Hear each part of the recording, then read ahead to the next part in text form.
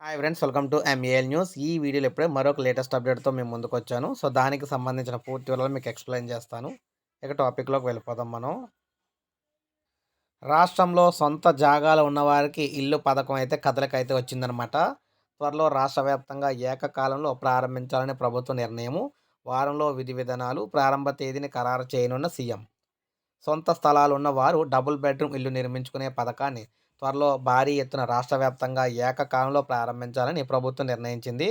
దీనికి సంబంధించి వారం రోజుల్లో ముఖ్యమంత్రి ప్రత్యేకంగా సమీక్షించి విధి విధానాలను ఖరారు చేసే పథకం ప్రారంభం ముహూర్తాన్ని అయితే నిర్ణయిస్తారని సమాచారం అయితే రావడం జరిగింది. ప్రభుత్వం గత కొన్నేళ్లుగా డబుల్ బెడ్రూమ్ ఇల్లు నిర్మిస్తున్న లబ్ధిదారులు జాబితాను రూపొందించకపోవడంతో ఈ పథకంపై తీవ్ర విమర్శలు అయితే వ్యక్తమవుతున్నాయి. మరోవైపు ఆ ఇళ్ల నిర్మాణం భారీ వ్యయంతో కూడుకున్నది కావటం ప్రభుత్వానికి తలకమించిన భారంగా పరిణమించింది. ఈ నేపథ్యంలో ప్రభుత్వం సొంత స్థలాలున్న లబ్ధిదారులకు 3,00,000 ఆర్థిక సాయాన్ని అందించి వారే ఇల్లు నిర్మించుకునేలా ఈ పథకాన్ని మార్పులు అయితే చేసిందనమాట. ఇందుకోసం బడ్జెట్‌లో 12,000 కోట్లు ప్రతిపాదించింది సర్కారు. దాదాపు 10 నెలలు ద్వారా 10 నెలల తర్వాత ఈ పథకానికి సంబంధించి కదలిక అయితే వచ్చింది. సో, ఒక 10 రోజుల్లో మనకి సీఎం కేసీఆర్ గారు ప్రెస్ మీట్ పెట్టి ఈ పథకానికి సంబంధించి డేట్ అయితే ప్రకటిస్తారన్నమాట.